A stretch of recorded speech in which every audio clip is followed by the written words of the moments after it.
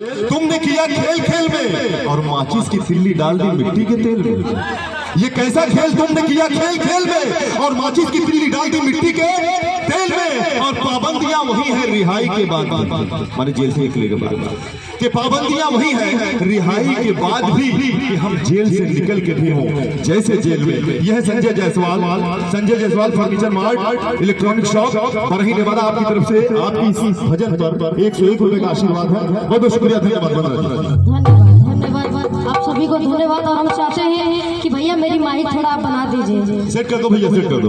थोड़ी आवाज मेरा उठा दीजिए और कुछ सादा सादा एकदम लग रहा है। छोड़ दीजिए। वाह बारे बार आई का करवा ले वाह वाह वाह। आप लोग आ जाइए, दो ही लोग आ जाइए, तैयार हो गए हैं तो ये आ जाओ।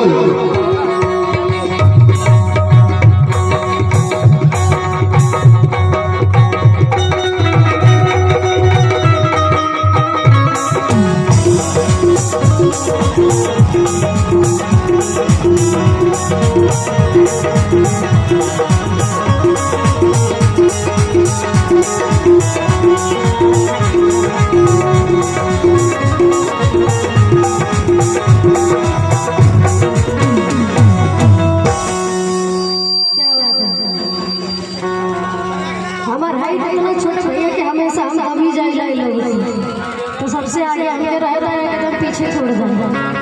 अरे अपने के लिए जगह बना लीजिए, खाली दूसरों के लिए जगह दे रहे हैं, अपने बगल में हो जा रहे हैं। जब हम आते हैं तो हमारे लिए जगह आप लोग बना दें। हर जगह लोग बनाता है, क्या करें, बनाना पड़ता है हम लोग को। सही है भैया ना? ऐसा ही लाल आइला पर थोड़ा थोड़ा। ठीक है, क्या बात है। देखिए मेहरारू अपना पति से रूठ गई बड़ी अब बड़ा भाव में सैया जी समझावत रहे, कहत रहे आप लोगों का नाम क्यों पड़ेगा? रिया। अच्छा ऐसे बोलिए ना, रिया फलक किरण। अरे वाह यार, तीनों हैट्रिक लग गया है। हार्ट अटैक 3 बार में आता है, इसीलिए 3 लोगों को बुलाया गया है कि काम तमाम भी हो जाए। लीजिए आप लोगों के बीच में ये कलाकार मौजूद है और वंदना जी का साथ देने के लिए तैयार है। चलिए शुरू है। चलिए ठीक है। काश कोई का नाम सोना बदल लेते हैं मोहल्ला। अब देखिए बड़ी भाव में समझावत है सैया जी कहत रहे। अब देखिए का कहत रहे अब बैठ जाओ।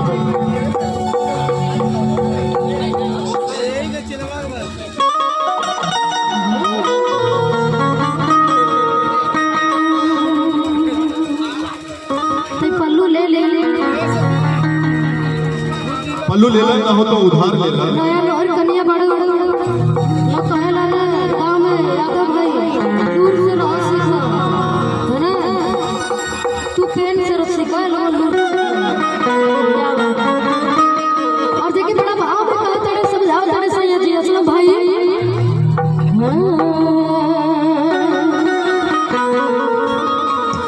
कि काहे खुशी आई पाडू और जनम ले बुका।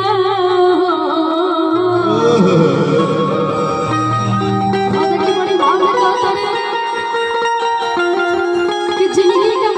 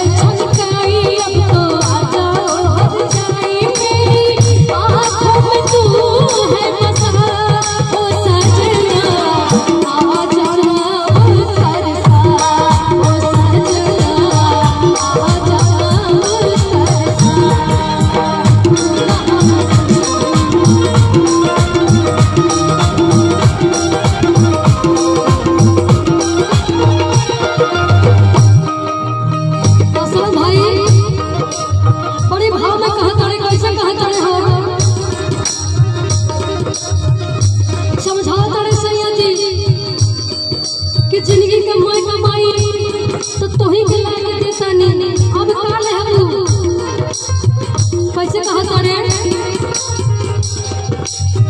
जब हम